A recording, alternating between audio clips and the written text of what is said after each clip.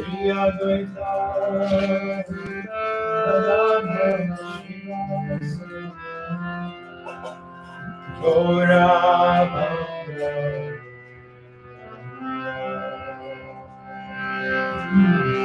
Hare Krishna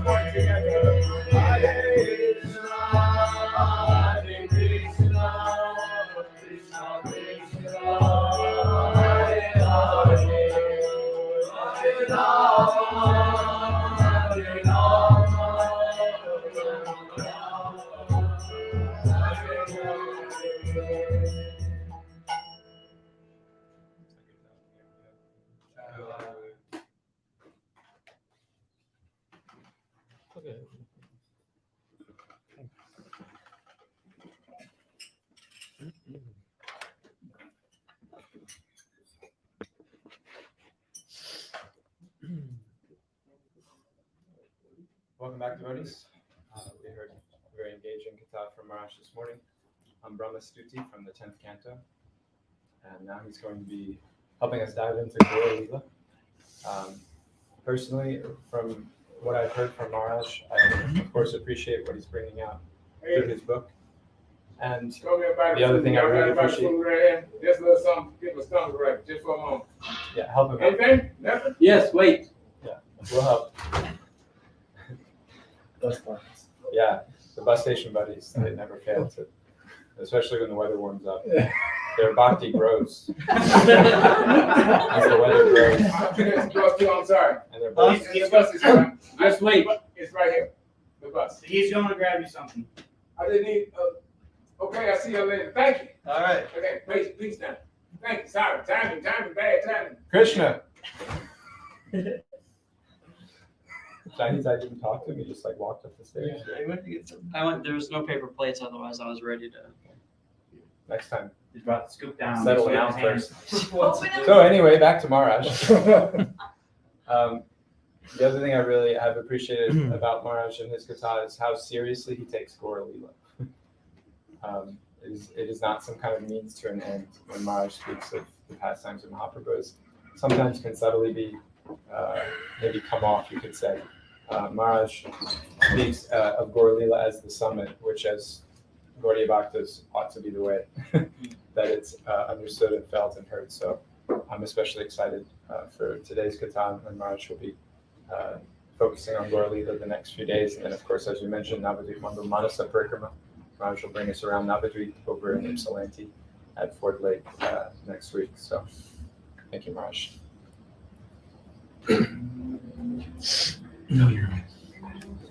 Om Jnana Timirandasya Jnanam Janan Shalakaya Chakshurun Militam Yena Tasmai Shri Gurave Namah Namashrishtam Manumapi Satyaputram Matrasharupam Rupam Tasyagrajamaro Purim Matharim Gastavatim Radha Kundam Girivaram Maho Radhikamadhavasam Rapto Yasya Pratita Kripaya Shri Gurum Tam Natasmi Vancha Kalpatarubhyascha Kripa Sindhubhyaiva cha Patitanam Pavanebhyo Vaishnavebhyo Namo Namah Nikhila Shruti Moli Ratnamala Dyuti Nirajita Padapankajanta Aji Mukta Gulairupasyamanam Paritastvam Harinam Samshrayami Narpitachariം chiratkarunayavatirnakalam Shamarpaitamунnতজ্জ্বলরাশं स्वभक्तिश्रियम् Haripurata Sundaradhyutikadamba Sandipitah Sada Hridaye Kandhare Spurato Vasachinandana Ajanulambita Bujjo Kanakavadato Sankirtanaye Kapitaro Kamalaya Taksho Vishwambaro Dvijavaro Jugadharmapalo Vande Jagat Priyakaro Karunavataru Ladini Shakti Swarupaya Gauranga Suridaya Cha Bhakta Shakti Pradhanaya Gadadhara Namastute He Krishna Karuna Sindho Dinabandho Jagatpate Gopesha Gopika Kanta Radha Kanta Namastute Radhe Vrindavanadi Shri Karunamrita Vahini Kripaya Nijapadabja Darshanmayam Pradiyatam Bhaktya Vihina Aparatha Lakshaye Shivtascha Kamaditarangamadhye Kripa Maitvam Sharanam Prapanam Vrinde Maste Sharanarvindam Vrinde Maste Sharanarvindam Srila Gurudev Ki Jai Sriman Mahaprabhu Ki Jai Shri Shri Gaur Nityananda Ki Jai Shri Harinam Sankirtan Ki Jai Tirobhava Mahotsava Tithi Shri Raya Ramananda Ki Jai Gaur Bhakta Vrinda Ki Jai Gaur Pramanand Hari Hari Hari Bo. Okay. Thank you. Yeah. Okay. So, good afternoon to all of you. Pranam. Thanks so much for your presence today again, for your taste for Harikatha, Gaur Katha. I appreciate Dev Mala Prabhu's inviting me to speak about this actually, because not only something that I like a lot, but to find other people who likes a lot as well, that's for me very much nourishing. Swajatiya Sadhu Sangha, to get acquainted with those like-minded devotional fellows, if you will, that we can share some words, some insights about this bottomless ocean of Gaur Lila. So Dev Madhav Prabhu suggested to give some series of lectures, at least 2 or 3, about the topic of diving into Gaur Lila, which is a dangerous project. It's no return, no coming back. You get lost and found in that ocean. Hopefully, we may drown for eternity in those waves. So, actually, today's also is the celebration of Srila Ramananda Roy disappearance day. So I would like to speak about him, which is, of course, in many ways, it will be an introduction, quote unquote, to something not so introductory as Gaur Lila and as Ramananda Roy in itself. But we will try to share some words about Raya Ramananda in such a way that also this is somehow preparing the ground for further conversations we may have these days on Gaur Lila, on Gaur Katha, on the ontology of Sriman Mahaprabhu and his divine exploits.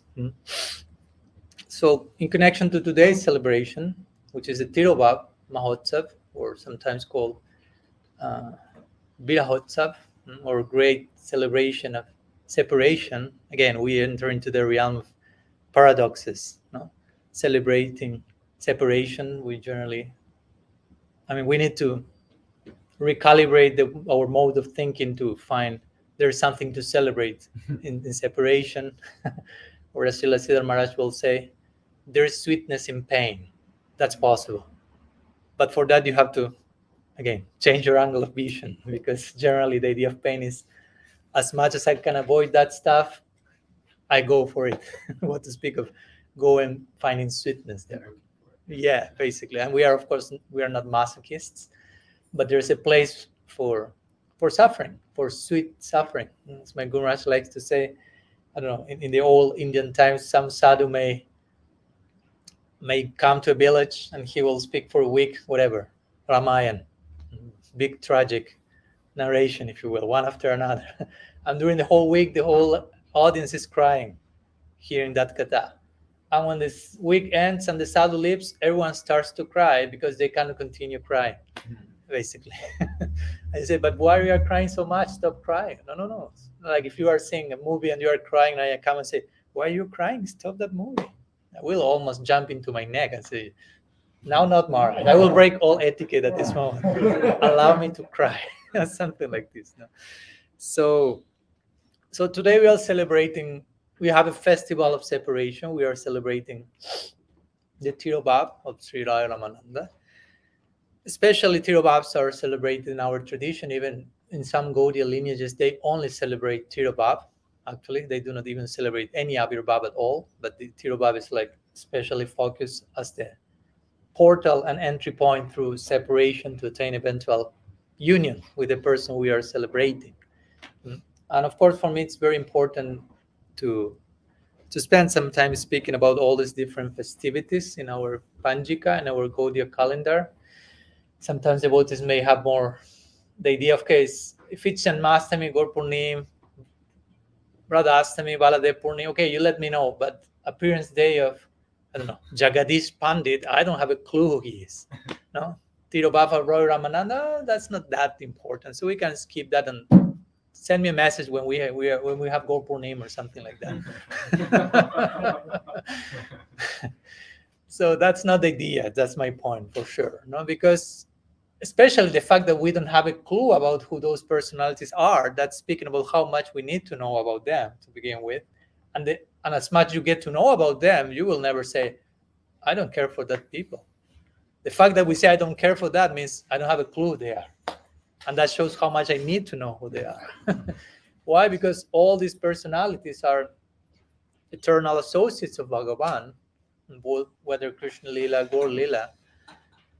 And as such, they are, Srila Rupa Goswami gives the term Ragatmika.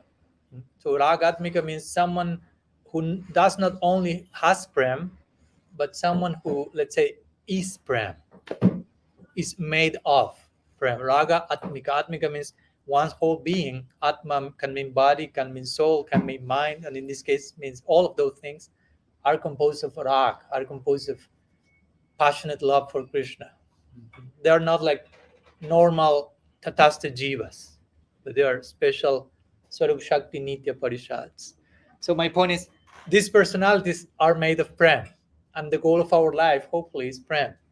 So if you get to have the celebration day of the appearance of someone who personifies the goal I want to attain, hopefully we have at least 5 minutes to know about them a little bit. That will speak about how much are we actually interested in the goal of prem. Because the goal of prem is coming to us in embodied form, in all these associates. You follow? It's like a portal of what we want to attain in eternity. And we have so many of those celebrations throughout the year.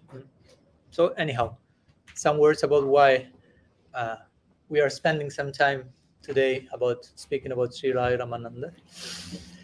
And again, the Tirobhava will be a special emphasis. Separation for us is a very, very interesting tattva, very important, if you will, pearly gates into union, no? Entry point. The way the way for us to the lila, the way to these great personalities that we hope to associate with for eternity.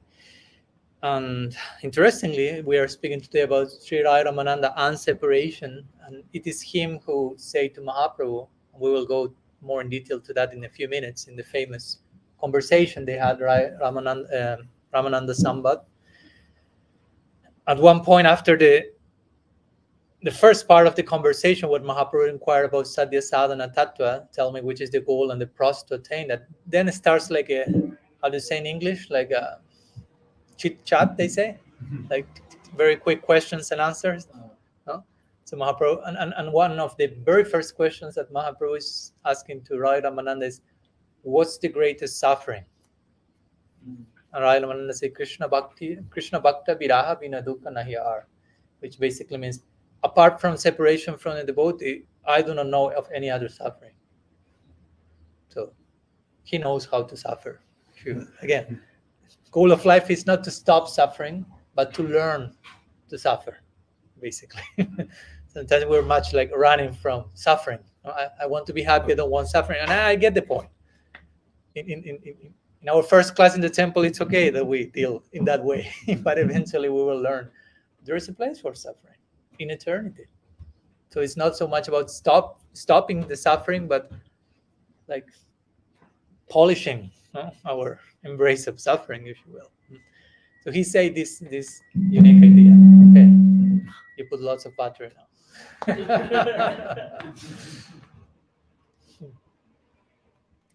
So I don't. It's okay without that. It's okay. No problem. So what about Raya Ramananda? Let's speak some words about who he is, and especially how he met Mahaprabhu and so on. So interestingly, regarding the identity of Raya Ramananda, apart from being Raya Ramananda in Gaur Lila, I would say that arguably Raya Ramananda is the person that the most identities have been ascribed to in our list of Gaudiya Vaishnavism. Arjuna, You Vishaka, Lalita. name them. Yeah. Vishaka, Gopi in some cases, Lalita, Saki in some cases, Pandava, Arjuna, Arjuna, Saka, which is the Priyanarma Saka in Braj, Arjuniya, Gopi, and if that's not enough, even Subal, Saka, and whatnot. So again, welcome to the realm of paradox. And I will say in that connection, I think there's an interesting thing to mention that, for example, we have one of the main books in regarding to who is who in Gaur Lila, Krishna Lila, is Gaur Ganodesh Deepika by Kavi Karnapur. It's not the only one. There's one by ascribed to Vishwanath Chakravarti Thakur also. What's the name? Gaur Gana Sarup Tattva Chandrika. And interestingly, they won't say the same thing on all of these cases. No? So again, welcome to the dilemma area. Hopefully we can survive that. Confirmed. So, but in Gaur Ganodesh Deepika, Kavi Karnapur himself, he begins his treatise by mentioning, actually, I'm sharing here different opinions that I've received from different personalities about certain personalities. Am I kind of presenting them here? He's not even claiming I'm giving the last word about every single personality. I'm just sharing some of the things. So my point is there is some relativity to that as well, in the sense of it's not because if not, how we accommodate all those things. For example, I was recently speaking with a devotee from the Advaita Parivar, which is a friend of mine, and for example, they in the Advaita Parivar will say that Advaita Acharya is Vishaka Gopi. Interesting. And they have their own reasons for that, no? And of course, I mean, there's no reason to try to defeat them or something to that effect. No? But my point is, you start to open the panorama and you find, okay, there are different opinions about different things. And as Srila Prabhupada will say, go there and find that for yourself. No? Final answers to this topic. No? But generally, mainly in our Bhaktivinoda Parivar, in our particular lineage, Raya Ramananda will be connected with Vishaka Gopi, I will say. And other identities that has been ascribed to him. At least personally, I also see them as, to give an example. For example, Mahaprabhu himself said to Ramananda Roy's father, Bhavananda Roy, he said, you are Pandu, and your 5 children are the Pandavas. And in that connection, Raya Ramananda is connected with Arjuna. But also we will speak about that, the Ramananda Sambad, the conversation that Mahaprabhu had with Raya Ramananda is akin to the Bhagavad Gita. It's the Bhagavad Gita of Gaur Lila, if you will, in one way. So in that sense, we could say, in that sense, Raya Ramananda is Arjuna. The roles are reversed. Sorry? Roles are reversed. Oh yeah. Krishna is trying to see how nicely Arjuna understood Bhagavad Gita. And you will see he really got it. No? But there are sometimes these type of things are there. For example, you hear that sometimes Haridas Thakur, to give one example, who is Haridas Thakur in Krishna Lila generally? We will hear Brahma. We were speaking today about Brahma, Mohan Lila and Haridas. Brahma being obtaining his goal as Haridas. But sometimes Prahlad is connected with Haridas Thakur also. So the idea is, so is he the two at the same time, or is just one and the other is connected to him by some particular aspect of his lila that resembles what happened with Prahlad? And you can, of course, in this case, connect that very easily because Prahlad had to go through so many obstacles and so whatnot. You have this section in Haridas Thakur as well, being beaten in all these markets and all. So my point is sometimes we will find these type of things, the way of expressing, Haridas Thakur is Prahlad, but they maybe not necessarily mean literally he's that person, but some dynamics of the lila resembling one and the other, and in that sense we connect the two. But again, that's not the main topic of today's class. I just want to mention some thoughts. And of course, you can say, okay, if you speak about these personalities being these personalities being not, if you will, normal, ordinary Tatastha Jivas, but extraordinary Swarup Shakti Parisads. I mean, we as Tatastha Jivas have the prospect of having two identities, Gaur Lila and Krishna Lila. So if you speak of the Nitya Parishad constituted of Swarup Shakti, maybe more than two possibilities are there, if you will. How many possibilities are there in the realm of Swarup Shakti? But let's share some brief biographical sketch from the life of Sri Raya Ramananda, and especially his meeting conversation with Mahaprabhu. So he was born in Orissa, and he was the son of, again, Bhavananda Rai. He was born in Sudra Varna, interestingly, so he was not born in the highest social throne, if you will, as many others associates of Mahaprabhu, and nonetheless, as we'll see, he will become one of the most intimate companions of Sri Chaitanya Dev, especially in the last years in the Gambhir. And he was working as a, how do you say in English, like viceroy? Viceroy? Yeah. Okay, viceroy in Raj Prataparudra kingdom. So he had this political position there. And as we know, he was a great devotee. Even before meeting Mahaprabhu, he was exhibiting very high ecstatic symptoms to the point of him not being easily understood by other personalities, like the sober Sarvabhauma Bhattacharya. And that happens when a great Vaishnava is there. Shastra saying Vaishnava Kriya Mudra Vijnegna Bhuyaha, which means it's not easy to understand the movements of a Vaishnava. Sometimes the example is given with Jada Bharat, who was Bharat Maharaj, dear Bharat, and Jada Bharat, if you will. He was taking the palanquin of Rahugan, but he was in his avadutness because he seemed externally like a dumb person, not pronounced one single word in his whole life, and just like he was told to do things in one way and he will do it the opposite, so nobody will bother him, basically. So at one point he was taken by force to carry the palanquin of King Rahugana because he was quite, stout, physically speaking. But he was at the same time Paramahamsa, so he was walking and seeing these ants on the path and he didn't want to step on any of them. So you can imagine you are carrying one of the 4 parts of the palanquin and just like trying to avoid all ants on the way. All ants, that's not easy. So you can imagine the palanquin was not precisely in Nishta, if you will, but Anishtita palanquin, basically. We know what that it feels. Our sadhaka journey is kind of, I'm going in the Anishtita palanquin here. But like, someone like Jada Bharat is carrying the palanquin, so have hope, no problem. You have great personality supporting. But the point is that to make it like in connection with that, Rahugan didn't understand the walking of Jada Bharat, the movement of Jada Bharat, and he criticized him. So again, the scriptures say it's not easy to understand the movement of the great souls.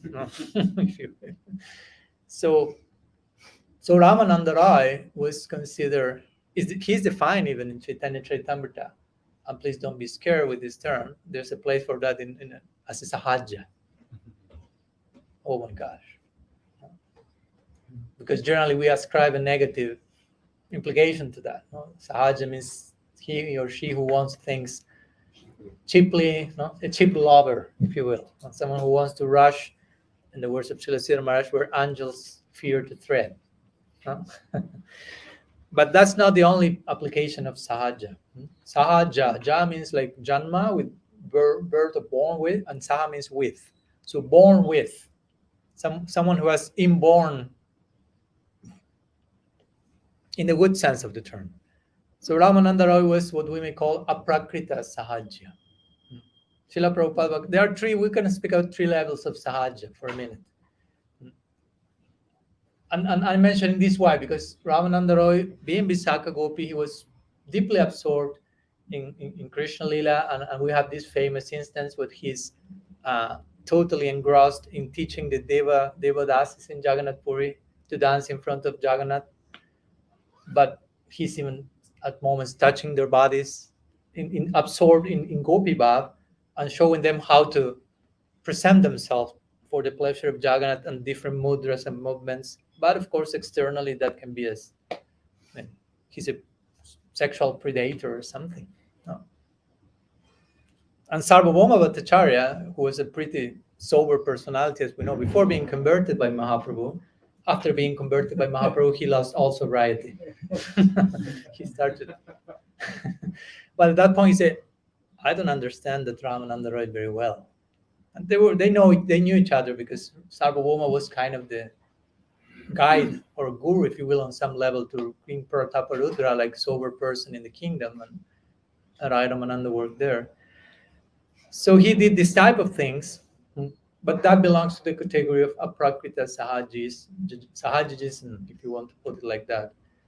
Prabhupada Bhaktisiddhanta generally spoke about you can be a sahaja or a prakrita sahaja. No, sahaja means basically you are a devotee, but somehow you are trying to go beyond your adhikar, if you will, in connection to high realities that still are not, not ready for you, or you are not ready for them, basically. No? Basically, that's the idea. Like once I remember Srila Sridhar Maharaj was speaking different topics in his unique way of doing that. And once there was one Prabhupada disciple hearing from him, and he tried not to imitate, but with good intention, but inspired by that, trying to somehow replicate or keep the flow of what he received from Srila Sridhar Maharaj. But he was finding it's getting difficult for me to do this.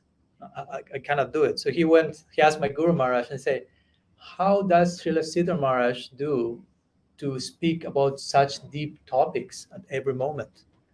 And my Guru Maharaj, he said, actually, Srila Sridhar Maharaj generally does not speak about deep topics. He speaks about basic topics in the deepest possible way. I mean, if he wants, he can speak about deep topics, but generally he speaks about basic stuff, but in the deepest possible way. So that's the real litmus test for sahaja. You want to go there first?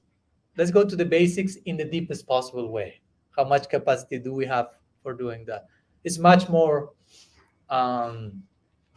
becoming to speak about something basic in a deep way than to speak about something high in a too much basic way, superficial way. That's not tasty, if you will.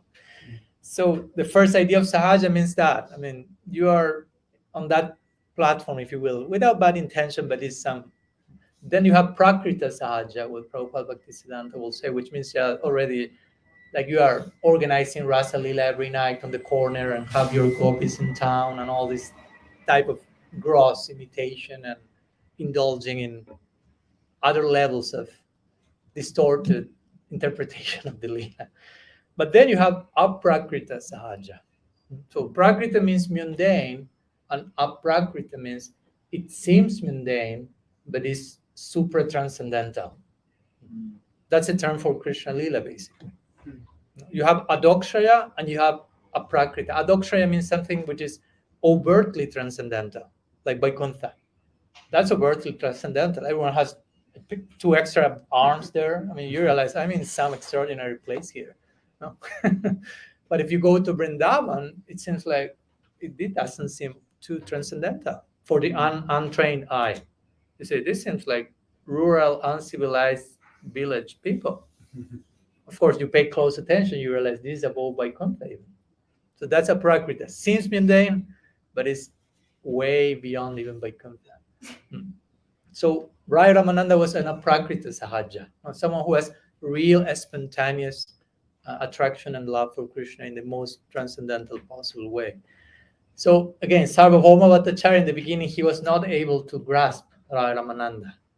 But when he was converted by Mahaprabhu, he could appreciate what Ramananda Roy was about. Interestingly, it is said that after the conversion of Sarvabhauma Bhattacharya, and we won't go into detail there because that's another series of lectures altogether, but he was converted, and Mahaprabhu then tested the degree of Sarvabhauma's conversion on 3 levels: karma, jnana, and bhakti. So the immediate day after Sarvabhauma's conversion, Mahaprabhu arrives at Sarvabhauma's place at 2 in the morning. Sarvabhauma was still sleeping. Mahaprabhu comes with Jagannath Prasad to Sarvabhauma's bed. Jagannath Prasad, Sarvabhauma. Like testing him. Let's see if he will tell me, first I need to engage in all my Brahminical morning duties, and then I will honor Jagannath Prasad. Or let's see if he transgresses all that and just honors Jagannath Prasad immediately, which will be the Gaudiya consideration. You follow? So Mahaprabhu was saying, let's see. So of course, Sarvabhauma passed the test. He didn't even go out of the bed. He took Jagannath Prasad honor. So he passed his bhakti is not covered by Gyan, basically. Gyan, Karmadhi, and Avritam. First test approved by Sarvabhauma. We check the box there. And soon as we know, then Sarvabhauma Bhattacharya was coming with this famous verse from the Bhagavatam, which ends up saying, Tattenu kampam susamikshamanom. I mean, that's the beginning, that's not the end of the verse. Bunchane vadmakritam vipakam hritvat bapur vidudan namaste. Jiveta jo mukti pade sadaya bhak. Famous verse from the Brahma Vimohan, the Brahma Stuti actually. Another series to explain that verse. But my point is the last line of the verse saying, basically the verse Brahma is saying, he who longs for your mercy will, while dealing with the results of her previous activities, will offer with mind, words, and body pranam to you, and that person becomes a proper heir, you say in English? Yeah. Heir to mukti. So Sarvabhauma came to Mahaprabhu with Bhagavatam in hand. I said, I don't like this word mukti at all. How mukti is here in the Bhagavatam? There must be some editorial mistake. We have to scratch mukti and put something else. So Mahaprabhu was like, like 1 week ago, that was the all in all for you. Because Sarvabhauma was an Advaitin. So mukti was everything that existed. And now you cannot tolerate even seeing the word written, basically. So that showed the degree of his conversion, how his bhakti was unencumbered by Gyan. So second test passed. Gyan, Karma, and Avrita. And the third one, if you want to put it like Mahaprabhu testing him, it's a way of putting that. When Mahaprabhu is planning to go south in India, he just accepted sannyas and he's starting his chapter as Paribrajakacharya, if you will, traveling. Sarvabhauma Bhattacharya comes to him and said, you will go to the south, please visit Ramananda Rai. Before meeting you, I thought he was a weird fellow. But after I became a weird fellow now, by your grace, weird fellow, I became mad of love because of your association. Now I can understand. On some level, I can see that you and him have something in common. He was not able to grasp the whole thing, but Sarvabhauma told Mahaprabhu, please meet Ramananda Roy. I can tell you and him, there's something there. You have something in common. So Mahaprabhu said, okay, I'll go. I'll follow your advice. So as we know, Mahaprabhu begins his journey south, and there are some external reasons for that, and as well as internal reasons. We always have these two layers. Externally, he's a sannyasi. He's expected to travel and share the message and so on. He also mentioned, I'm going to look for Vishwarup, my elder brother, and so on. But it is mentioned by our acharyas that the real, if you will, the ultimate reason for his touring south is to meet with Ramananda Roy, basically. That's a very crucial aspect of his lila, as we will say. That will be a turning point from that moment onwards, how all this is instrumental in Mahaprabhu's main desire for manifesting his lila, which is to taste Radha Bhav, basically. So Ramananda Rai will become basically Mahaprabhu's Raga Marga Guru. Mahaprabhu has, 4, 6, 5 gurus in his life. Gangadas Pandit, and of course Ishwar Puri, Keshav Bharati. He took Sarvabhauma also as a senior and treated him as a guru. And Raya Ramananda will be part of that equation in the context of Raga Marg. Remember, Mahaprabhu is Krishna wanted to experience Radha Bhav. Raya Ramananda is Vishaka Gopi, one of Sri Radha's most intimate associates, who will help Krishna to be successful in his project, if you will. That's how it works. So all this will be connected. The external purpose for his descent, preaching, establishing Yuga Dharma, is connected in this travel south with meeting Raya Ramananda and receiving a specific nourishment regarding what Mahaprabhu wants to taste himself. So let's go to the Ramananda Sambad. On some level, again, this is too much. I remember some years ago we did some seminar in, I don't know where even, but Argentina maybe. And basically was one class per each of Ramananda's suggestions to Mahaprabhu about the goal of life. So that may take lots of time. But this is a very important section of the Chaitanya Charitamrita. I don't know if you know about this, but Srila Prabhupada, he wrote a version of this conversation in 1959, interestingly, just after accepting sannyas. It has been published by Narasimha Maharaj in search of the ultimate goal of life. So he wrote that. It must have been something very considerably important for him. So that's an important section. So this conversation takes place at Godavari, which is one of the main rivers, sacred rivers in India. And Godavari, Srila Sridhar Maharaj makes a very nice etymological play of words. He said Godavari. Bari in one sense means like a main source. Da means to give, and Go can mean water. So Godavari can mean one of the main water-giving sources. But he says, but Go can also mean the Veda. We know that. Govinda and so on. And Bari can mean the highest possible conception. And Da means to give. So Godavari means that place where the ultimate conception of the Veda was given. The highest reach of the Shruti has been revealed in Godavari, the ultimate zenith of Gaudiya Sampradaya revealed by Raya Ramananda to Mahaprabhu. So this is a very important meeting and a very unusual one, because remember, Mahaprabhu in a relative societal consideration, he's a Brahmana, he's a sannyasi. So Brahman sannyasi in Vedic culture are not expected just to mix with anyone and everyone. And Raya Ramananda, he is Grihastha and he is Sudra. So as you may know, when they meet for the first time during Godavari, they embrace each other ecstatically and start to cry.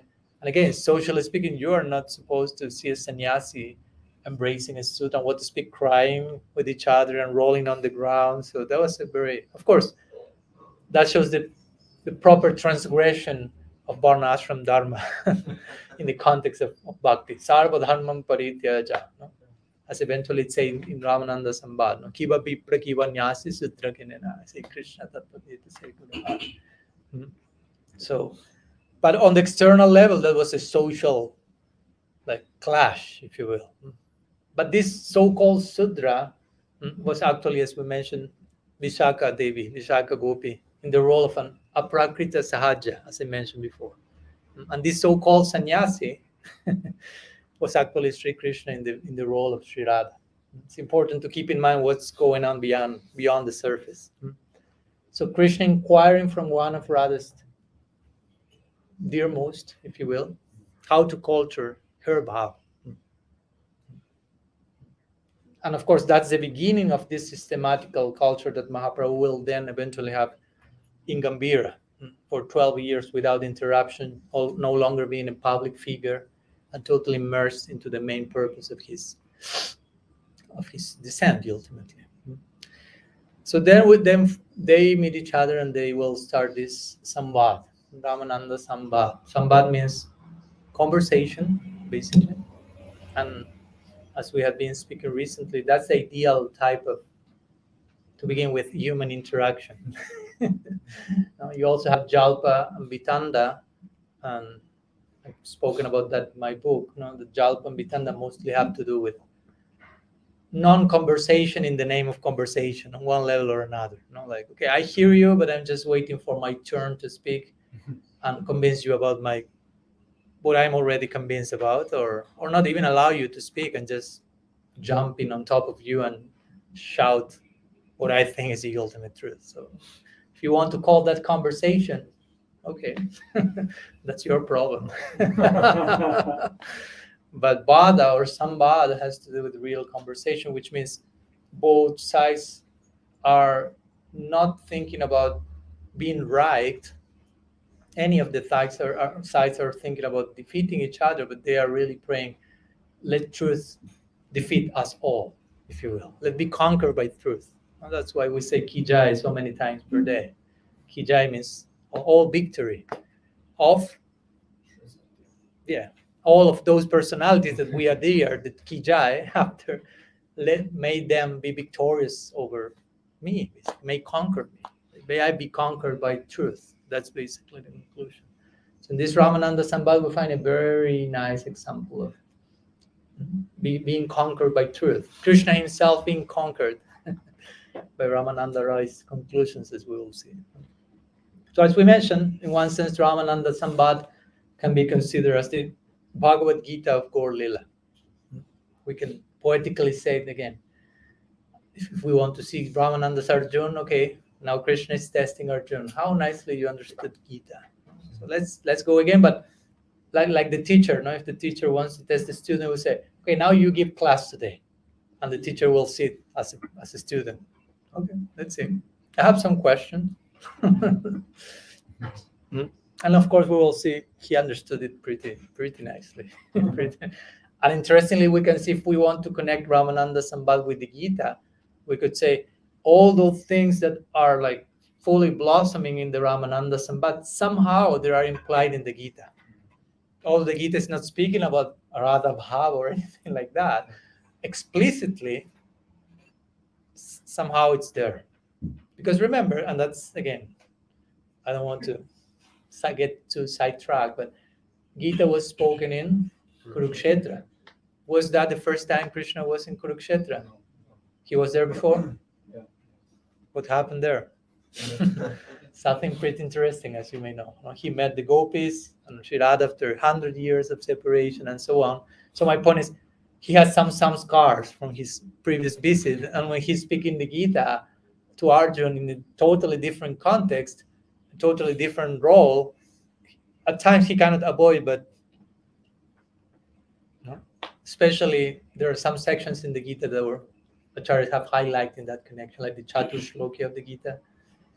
For example, when Krishna says, Tisam satata yuktanam bhajatam priti purvakam dadami buddhi jogam tam yenamam payanti. There's Krishna. What is Krishna saying there?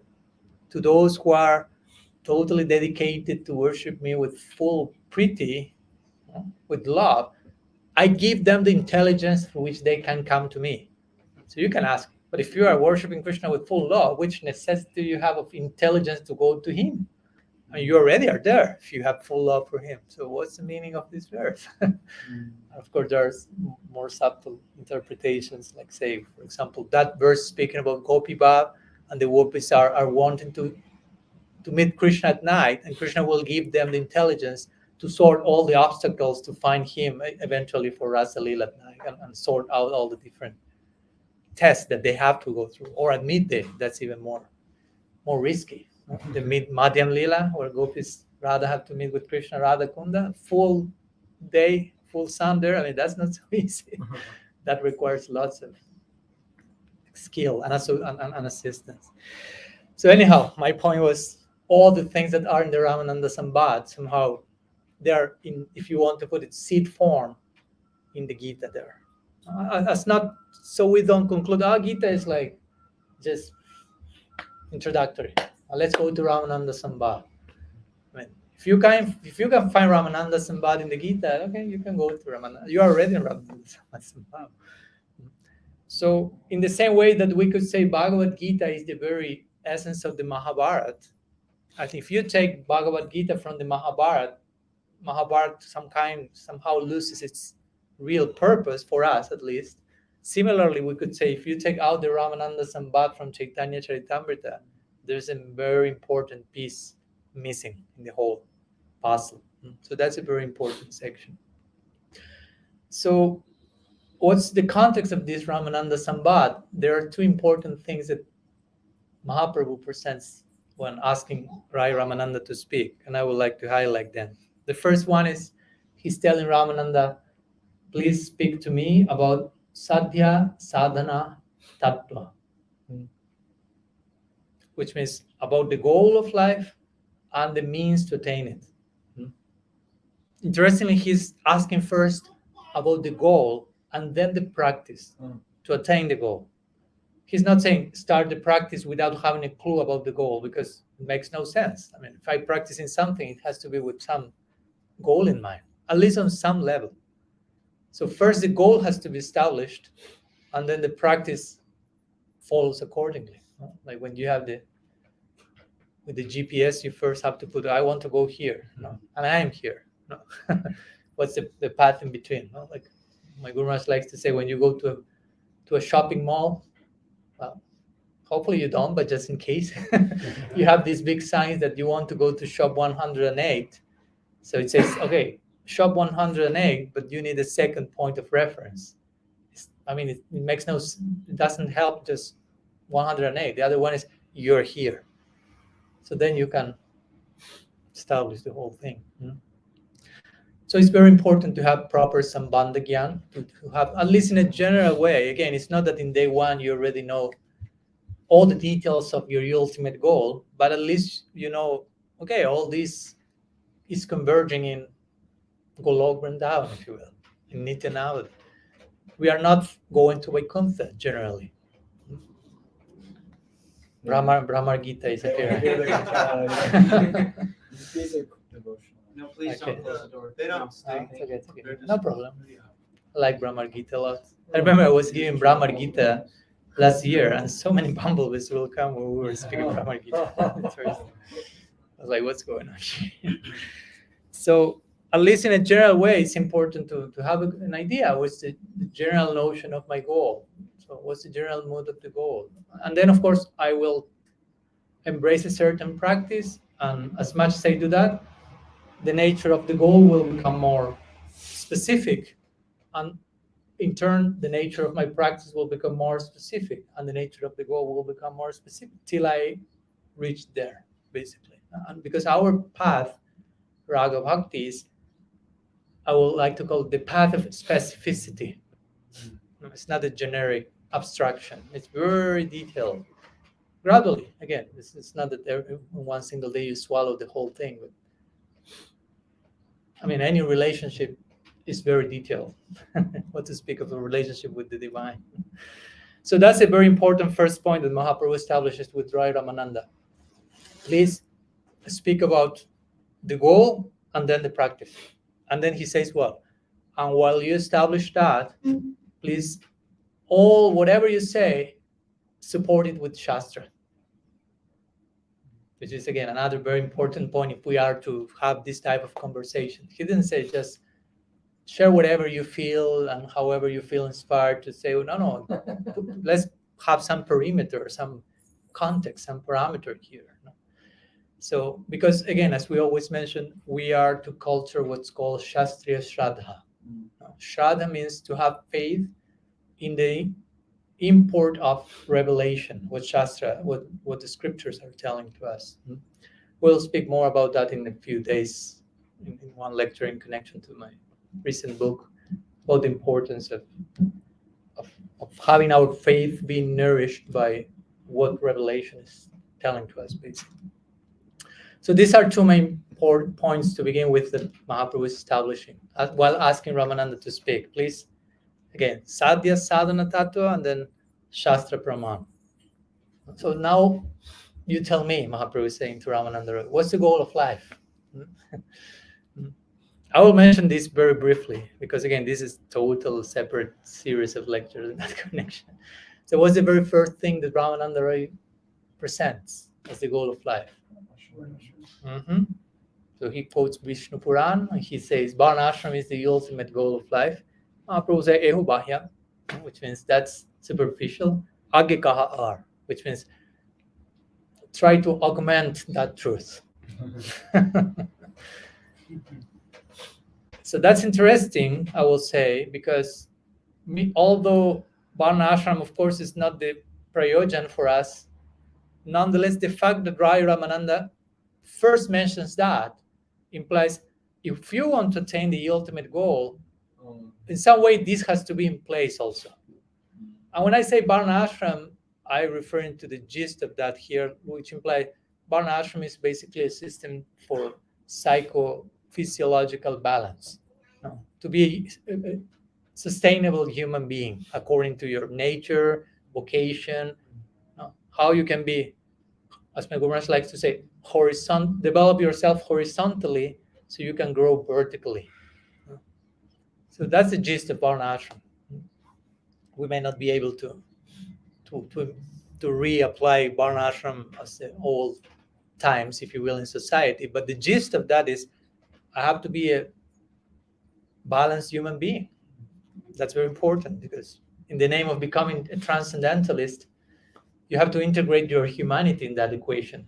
Be careful of, in the name of being transcendental, transgressing your humanity. I'm so transcendental that I forgot to be human. But the type of transcendental goal we want to attain includes humanity. We want to go to the Nara Lila. So your humanity has to be there fully integrated. So it's not that you have to reject humanity. Actually, you have to fully preserve that in the context of bhakti. So I will say that. And although Varna Ashram is rejected here from the very beginning, the fact that it's mentioned first is speaking about this has to be in place. You have to be a balanced human being for that everything else to happen. You have to be in sattva as much as you can, so you can from there. I like to depict sattva as the airport. You go to the airport, that's not the destiny. I mean, maybe some people may like to sleep there for a while, but after a few days they will get out here. So you get to the airport to go in somewhere else. So sattva is not the destination unto itself, but it's a platform for taking the next flight, if you will. Because if you get attached to sattva, attachment is rajas. So you will be downgraded from sattva to rajas in that moment. So sattva is not a permanent position. It's just a proper platform. So to have a clear prospect of what's above that. So anyhow, that's the first idea. Mahaprabhu says, please, that superficial, augment that truth. Then Ramananda will speak about Krishna Karmarpana, which means offering the results of your actions to Krishna, sometimes called Karma Mishra Bhakti. He quotes famous verse of the Gita, Yat Karosi, Yat Nasi, Yat Jugosi, Jayasyat, Yat Tabasasi Kamtya, Tat Karusha Madarpana, which sounds very high, and it is, of course, in its own way. Everything you do, everything you offer, all austerities you perform, and so on, do them as an offering to me.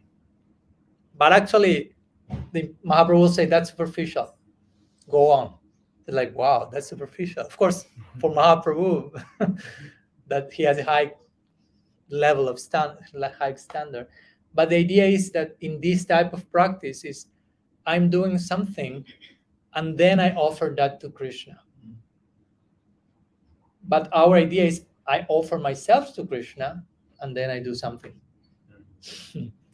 You follow? That's different. You are not doing something and then offering. You understand, I am the offering. I have to become prasad. So I offer myself to, that's Saranagati. Saranagati is the preliminary foundation of bhakti, technically speaking. So I surrender to Krishna, and whatever I do on that basis is an offering. It's not that I have separately to whatever. Of course, sometimes we offer things, but the point is, if you are a totally surrendered soul, technically speaking, you don't need to offer anything separately because you have been offered totally. Nrsimhadev, we just heard in Bhagavatam, Nrsimhadev took the throne of Hiranyakashipu, despite it not being offered. Exactly. That's a good point. Thank you so much for sharing. Hiranyakashipu ki jai. And the higher way, Hiranyakashipu, as we know, is on a higher platform than Prahlad, because he's with Jai and Vijay there, Dasya Bhakti and Vaikuntha. Prahlad represents Santa Bhakti. That's another thing. Nrsimhadev was garlanding himself with the intestines of his devotees, with the remnants of his devotees. Okay, I take the Mahaprasad. So anyhow, Mahaprabhu is rejecting this, like implying higher than this verse, Yad Karosi Yad, if the previous verse, Patram Pushpam Phalantoyam. Krishna there is saying, offer me whatever you have, but bhakti, bhakti. 2 times in the verse the word bhakti is implied. One time, one leaf, one flower, one water, if you will, is in singular, the Sanskrit. So I mean, how you offer one water or one drop, like implying, I don't care for that, technically speaking. I care for you offering yourself. And that he makes the point. Twice he mentions bhakti in the verse. One water, one leaf, but bhakti, bhakti. No. Krishna's diet is not based on milk, sweets, or anything. It's based on bhakti. No, just in case. I mean, he likes all this preparation, but if there's no bhakti, as we know, he will always choose the banana peels from Vidura's wife. So, anyhow. Then Ramananda Roy continues up and suggests Swadharmatya, to renounce all dharma. And he quotes Gita 66, 18th chapter, Sarvadharma Parityaja. And Mahaprabhu rejects that, which is considered for us the conclusion of the Gita. But actually, the context in which Raya Ramananda quotes this verse goes with the contemporary understanding of what this verse meant for most, which was accept sannyas and become a contemplative and disappear from society, something like that. Mahaprabhu said that's superficial. Go deeper. So then Ramananda Roy said, Brahma Bhuta Prasanatma na sochati na kankshati samasar visbhuta suma bhakti bhavati. Says because the Gita Gyan Mishra Bhakti. I'm going very quick. I'm feeling so much in anxiety by going so quick to these things that require so much time of unfolding. So Gyan Mishra Bhakti means I practice bhakti, but I want mukti. But I take bhakti because I understand I need bhakti to attain mukti. That's what made over and over again clear in Shastra. Even if you want mukti, you need to mix your practice with bhakti at some point for it to bear fruit. So you can attain all these different types of mukti with bhakti in the equation. And of course, Mahaprabhu say, superficial augment the truth. And then comes an interesting quotation that will make Mahaprabhu reply in a different way. Till now, he always said that's superficial, superficial, superficial. Now, Ramananda Roy said, Gyam prayasa mudapasya namanta eva. Stanistita srutigatam tanuma. No. What's the second line? Jivanti sammukaritam bhavadiya bharata. Stanistita srutigatam tanumar banobin. Ye prayasa jitaita piyasitra istiloki. So this is another verse from Brahma Stuti. We see Brahma Stuti is pretty much invoked here. And basically Brahma is promoting here what Krishnadas Kaviraj calls Gyan Sunya Bhakti. The previous verse was Gyan Mishra Bhakti. Bhakti mixed with Gyan and desire for Mukti. This one is Bhakti free from all forms of Gyan, all forms of, and this has 2 meanings. free from all desire of mukti, or even free from all gyan, from all knowledge about Krishna's godhood, which basically speaks about the standard in Vrindavan. Vrindavan, nobody will say Krishna's God. If you say that, they will say, stop speaking Prajalpa. No? Or something like that. No? Something like that, no? Or even if that idea comes, as we know, some rumor may be there. I mean, Krishna is lifting a whole hill for a few days with just this little finger in front of everyone. I mean, you can start to have some doubts, no? And this boy, something extraordinary must be going on here, and Gargacharya say this and that, and they are trying to make all that work together. And some elder Gopas may approach Nanda Maharaj at some point, maybe Krishna, and they are like afraid to even suggest that, like, maybe he's God? Everyone, let's see the reaction of Nanda Maharaj now. And Nanda Maharaj will say, like, I mean, she said, I know who God is. I mean, I worship him every day. Because he worships God. In Vrindavan, God is Narayana. I mean, nobody worships Krishna in Vrindavan. Everyone loves Krishna. But they worship Narayan for the sake of Krishna. As my Guru Maharaj likes to say, they are worshipping Narayan. And as we sometimes may be worshipping Gaurnitai externally, but our mind is somewhere else. Nanda Maharaj is worshipping Narayan, but his mind is somewhere else. But that somewhere else is Krishna. So no problem. So when Nanda Maharaj hears, oh, maybe Krishna, maybe your son is God. I mean, that's pretty weird to begin with. Imagine you have a child and someone comes and maybe your child is God. It's like, what? And Nanda Maharaj say, I know God. I worship him on a daily basis. And he's Shanti Varusha. He's the personification of peace. He's Atmaram. He has no desire, self-satisfied. Krishna is the exact opposite of that. He's totally unsatisfied. If I do not give what he wants, he starts crying. And he's, so naughty. He cannot be God. Like, that's his Siddhanta. That's his conclusion.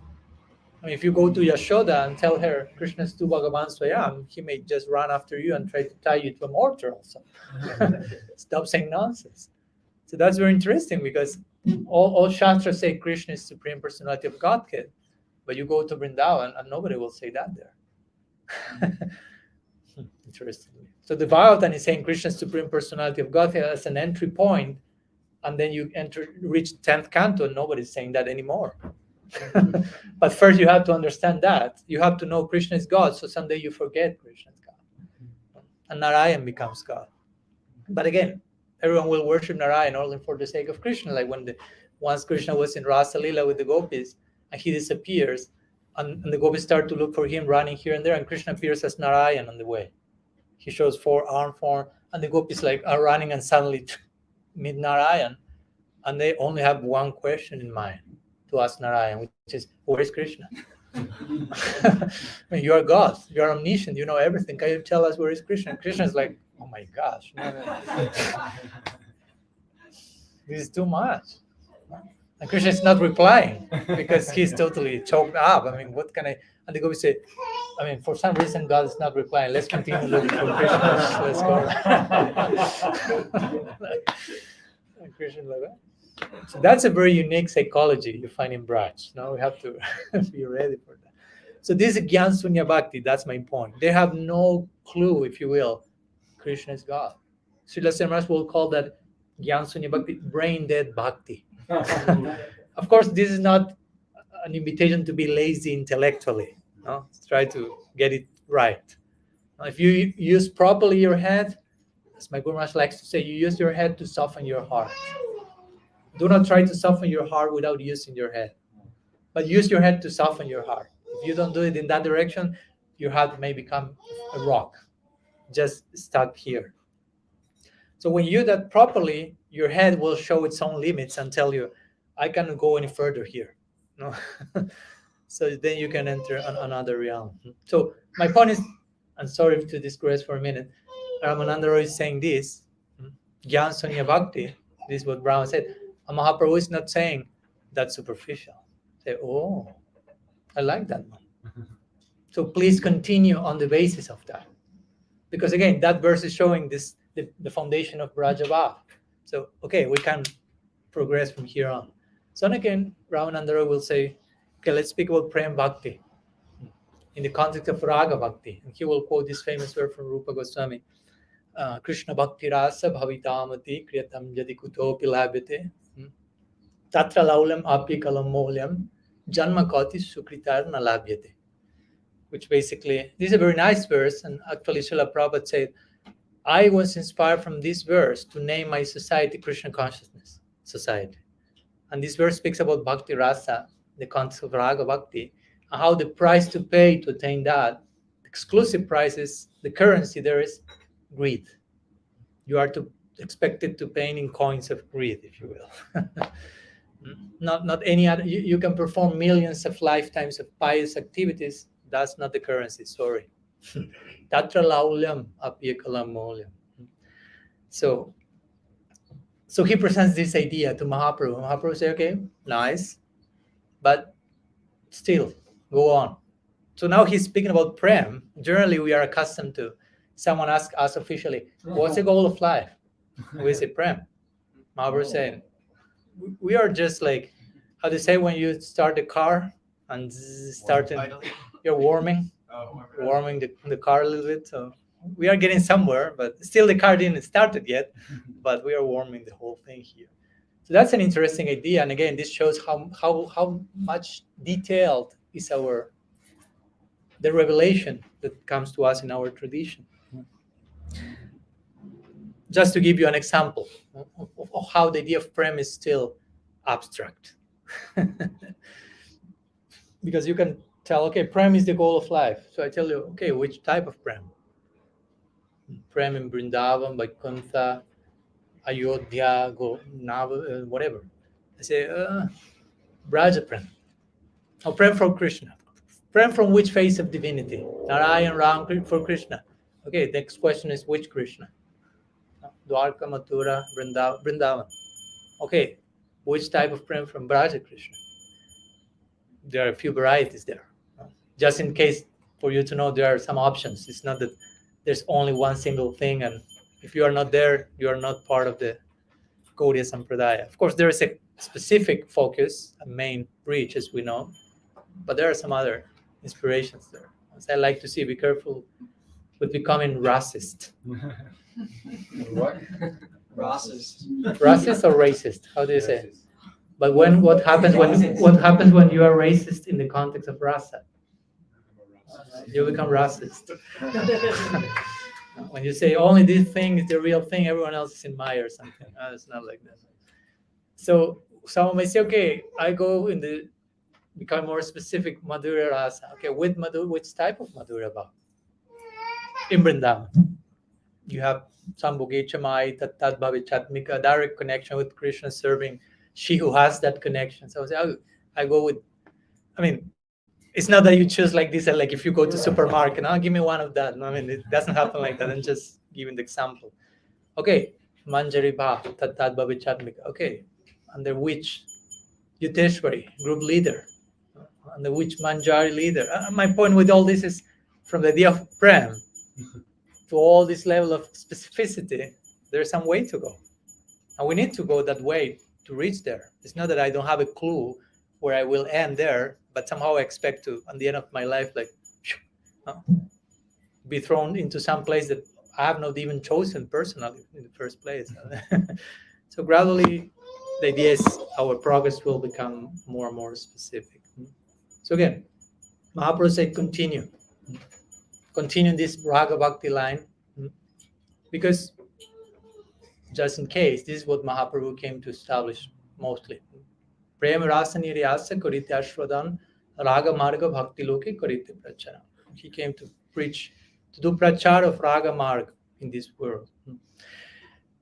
And since he mentions that, Ramananda Roy won't speak about Shanta Rasa then, because that's not included in the equation of Raga Bhakti.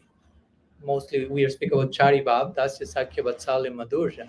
So Ramananda Roy will speak about all these four. I'm just a little bit skipping this.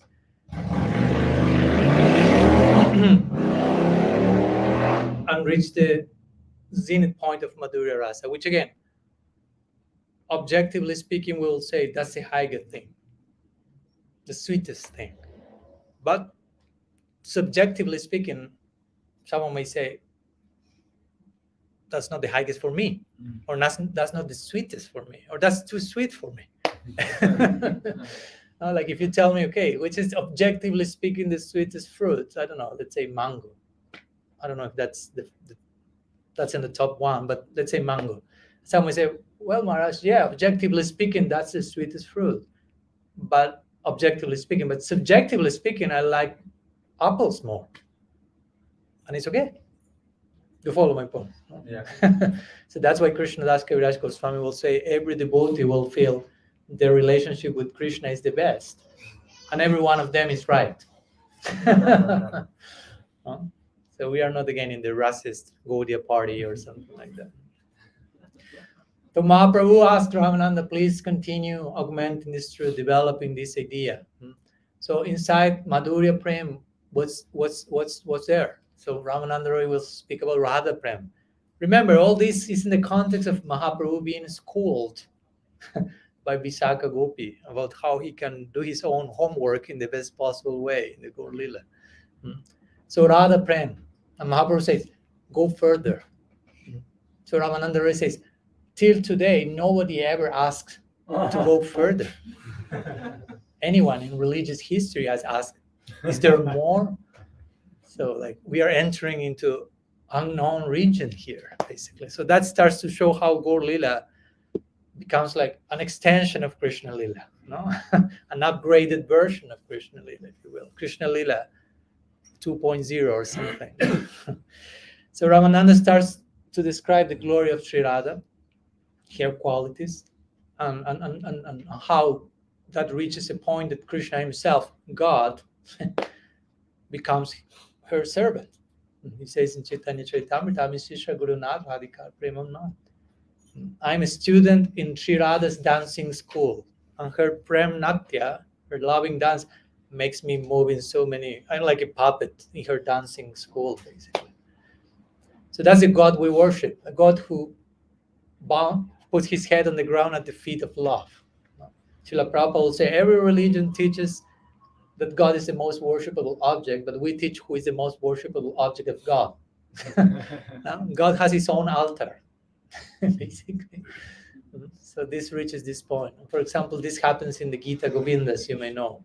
Dehi pada palavamodharam, famous section with Krishna is putting his head at the feet of Sri Radha, and the author of Gita Govinda, Jayadev Goswami, is feeling, because he's writing the book, and suddenly this line came to him, Dehi pada palavamodharam, which is Krishna putting, he said, what I am up, this is too much. Nobody said this ever before. Maybe I'm writing too much. Maybe I need a walk. No. Maybe some strange ideas are coming. I need to take a break.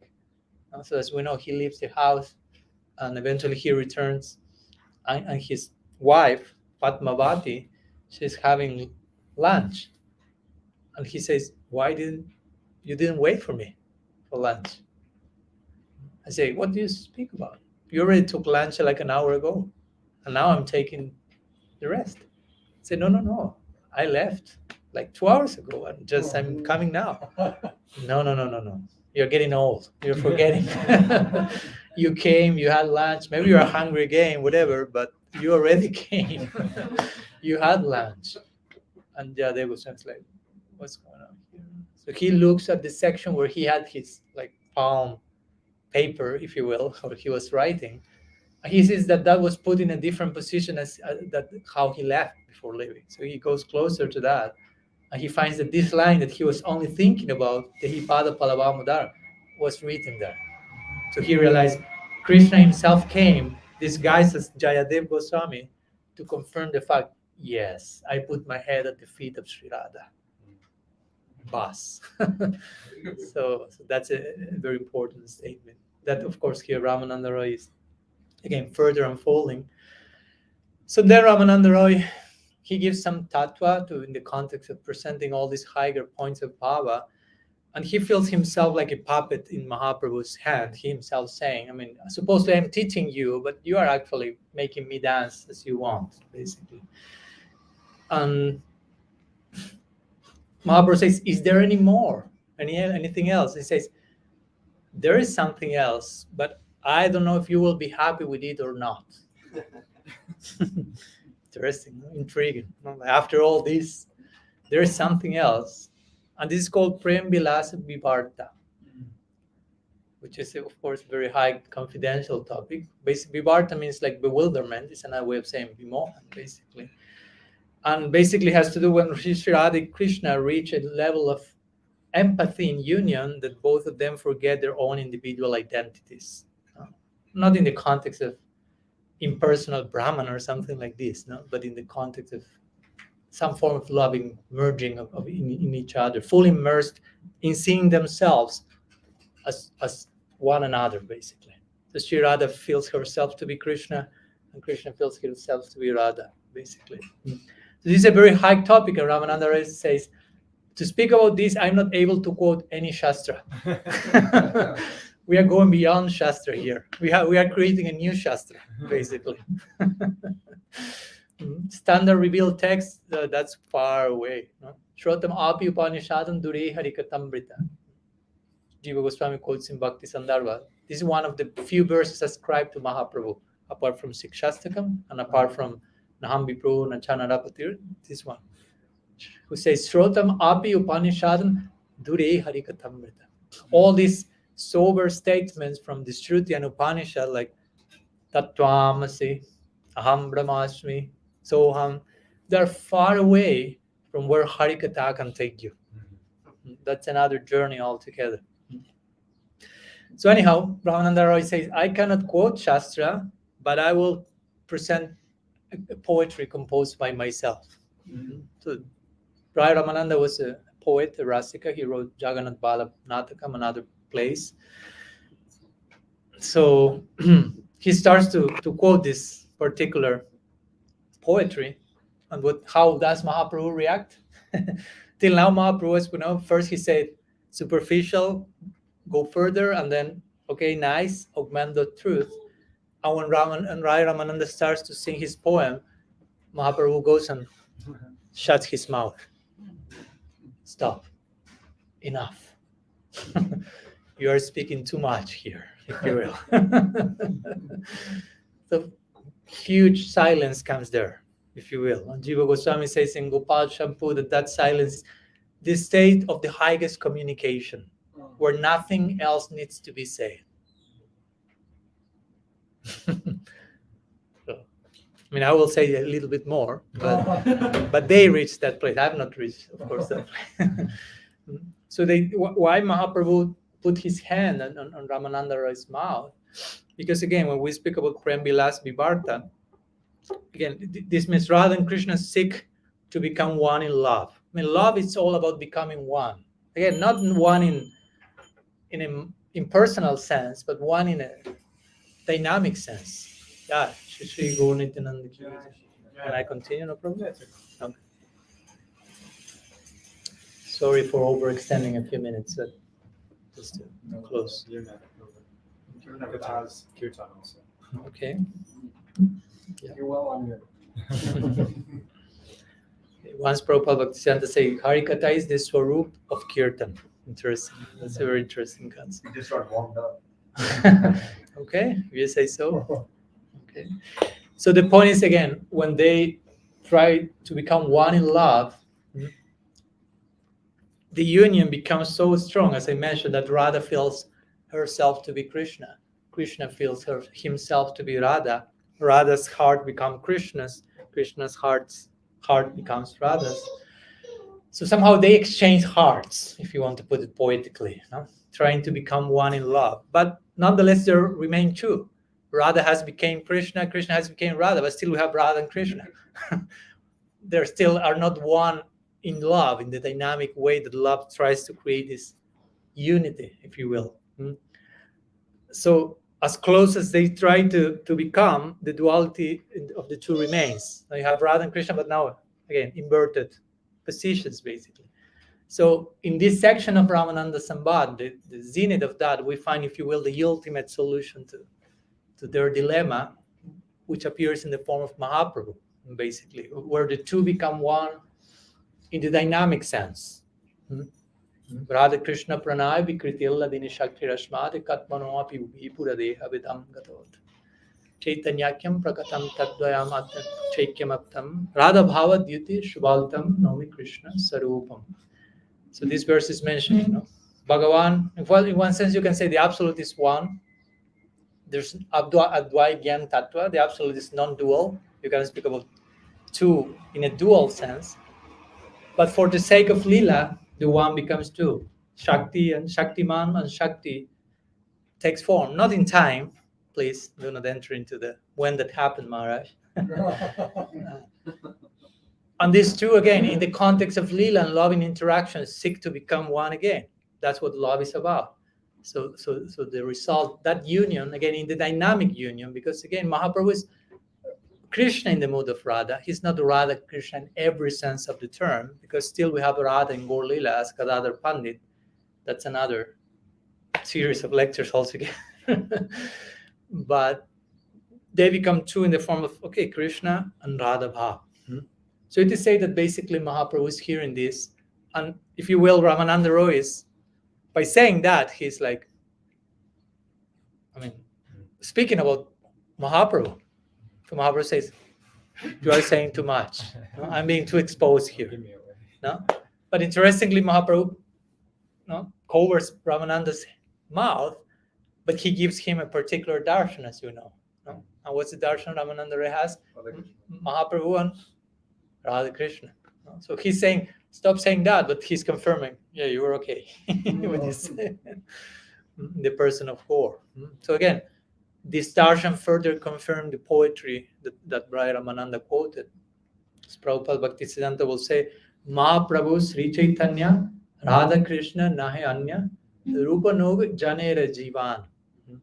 So Mahaprabhu Sri Chaitanya Radha and Krishna combined in a particular way, and Rupa Nog Janera Jivana. For us, Rupa Noga Vaishnavas, to speak about this is our life and soul. So to speak about how Mahaprabhu is Radha and Krishna, in which sense he is Radha and Krishna combined, that's our life and soul. That's why we are speaking here about these topics. So just to conclude, and I don't know if you may have any questions or something, but let's go back to the beginning. What did Mahaprabhu ask to Raya Ramananda? Was the ultimate goal of life? And Raya Ramananda ended saying, you are the ultimate goal of life. Mahaprabhu said, shh. He became embarrassed, not blushed. Like, okay, but you are the ultimate form of divinity. And love for you constitutes topmost achievement for every jiva, basically. And of course, we will try to unfold this idea in which sense Gaur Lila is considered the ultimate expression of Krishna Lila, if you will. We will try to speak about this these days.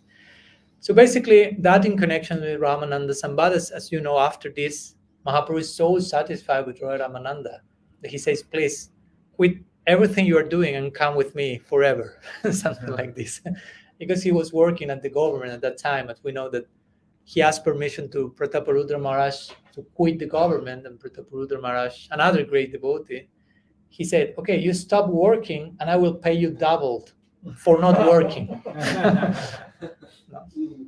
I mean, you are having another work, another very important job. So you don't have any I pay you double salary. You do anything, and just go with Mahaprabhu. So as we know, he eventually joins him in the Gambhira along with Swarup Damodar, and try to assist the two of them. Try to assist Mahaprabhu in his systematic culture of Radha Bhav in the Gambhira. Gadadhar Pandit at this point of the Leela is disappearing totally behind the curtains, because there are some reasons for that. We'll maybe speak these days. And Ramananda Roy, sometimes he's accompanying Mahaprabhu. Sometimes Mahaprabhu is tasting not only Radha Bhav, that's the main, of course, experience, but somehow he will taste Krishna Bhav. And it is Krishna's separation from Radha. And at that moment, Raya Ramananda will act as if Subal. Because Subal is a Priyanarma Sakha, an intimate friend of Krishna who is privy to his romantic life. And when Krishna is dying in separation from Radha, the Priyanarma Sakhas will be there giving Krishna hope and support. You will meet her. We are making the arrangements, and they are literally saving Krishna's life on a daily basis. And as we like to say the other day, you want to go there, you better qualify yourself, because you will have to assist Krishna, or rather, depending the camp, on that same level. Your service for eternity will be to save the life of God on a daily basis. Interesting. No? So that's why I will say Ramananda Roy is connected with Subal sometimes, because he's assisting Mahaprabhu when he's in that bhav, as Subal is doing with him. So he's mostly quoting Hari Katha, Sarup Damodar is mostly quoting Hari Kirtan.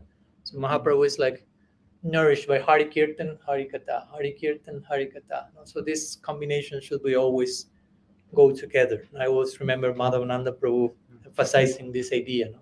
Hari Kirtan is great and beautiful, but let's try to, to intermingle or combine that with Hari Katha. No? The two of them will create the perfect idea. Like when Mahaprabhu was sharing Hari Katha with his devotees, Hari Katha will reach such an emotional peak that Hari Katha exploded in the form of Kirtan. There was nothing else need to be said than just singing the names of Krishna. So somehow the ideal Hari Katha will conversion explode into Kirtan, and eventually Kirtan will explode into Hari Katha, trying to further expand it and so on. No? Kirtaniya Sada Hari. There is no end to that. Nityam Bhagavata Srivaya. So anyhow, this has been a brief introduction, not so introductory introduction to Gaur Lila, speaking something mostly about Raya Ramananda, but also what Dev Madhava said today that I appreciate, that trying to get a glimpse about how Gaur Lila is not just a mere means to an end, a mere bridge by a destination unto itself, and even the ultimate reach and fulfillment of Krishna Lila, as we will try to speak this day. So these following days we will try to further unpack these implications and trying to dive deep into the ocean of Gaur Lila, again praying to swim there forever and hopefully drown there into such a sea for eternity with the company of all of you, hopefully. So thank you so much, and Sri Raya Ramananda ki jai. Maybe we are too late, but I don't know if there are any questions. Okay.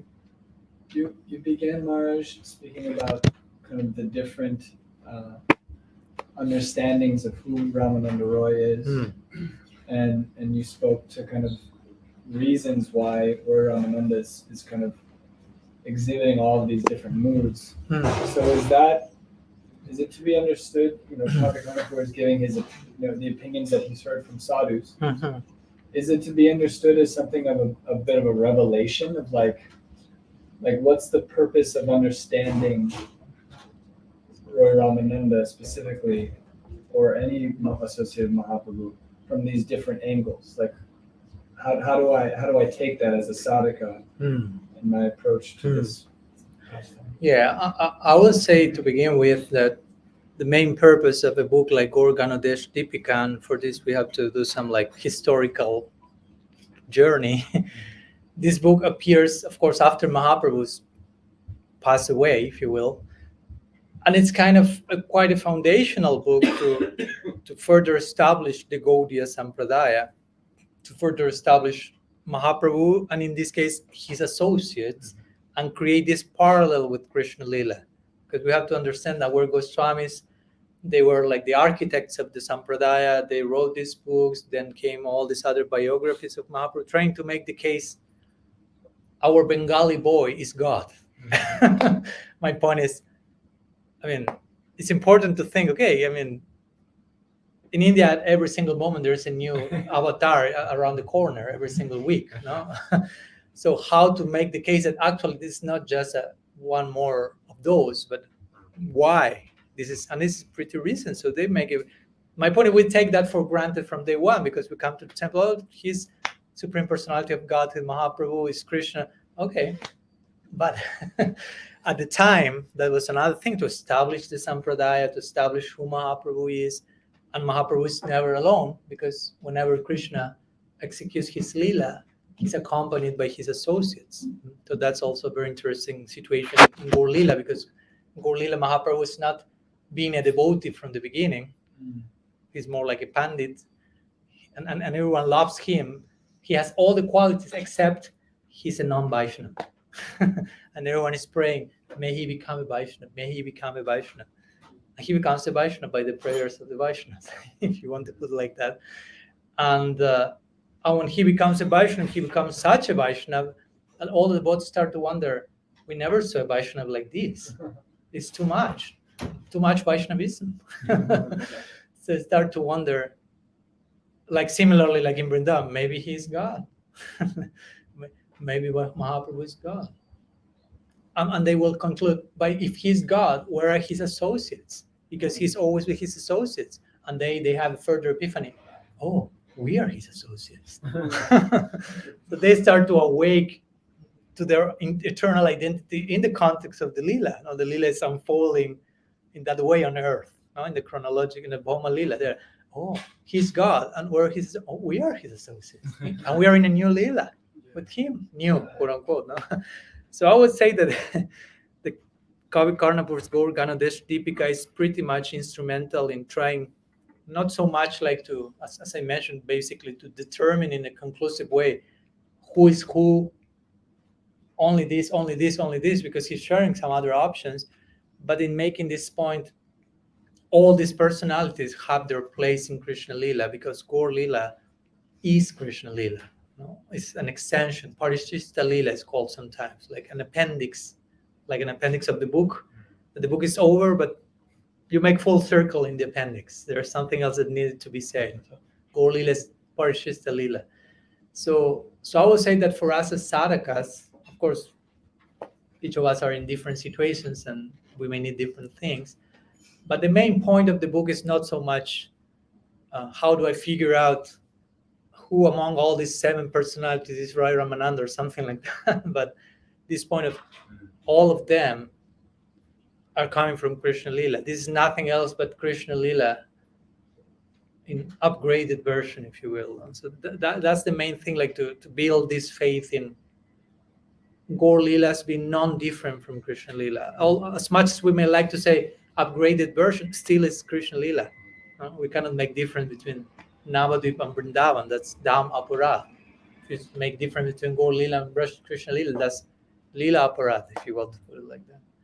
So I will try to emphasize mostly that, and not maybe go like neurotic about so many identities and who he is. And again, in my personal case, that's how I try to relate to that. Okay, there's like, in this case in particular, you have this main identity that has been given by the acharyas in the context of revelation. And there are things said which can be connected to how the Leela unfolds and similar elements in another Leelas, and they're connected with that. And yeah, and at the end of the day, as Prabhupada will say, go there and find it for yourself.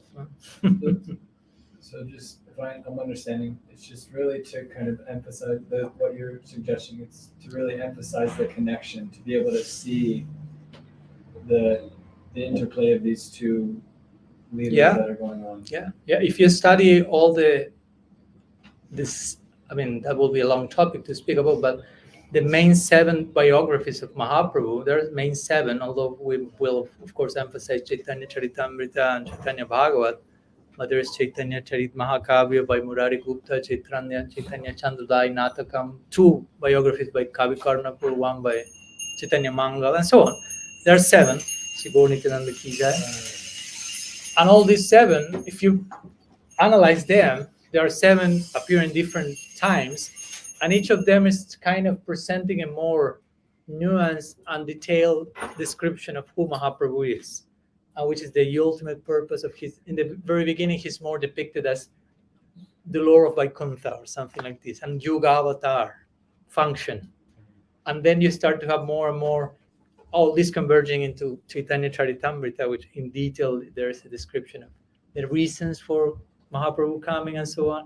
So my point is, in an attempt to complement that unfolding, Kavi Karnapur is making that contribution, like establishing these parallels which have not been made basically in these biographies. So kind to bring more cohesiveness to how Gaudiya Sampradaya is being built at the time.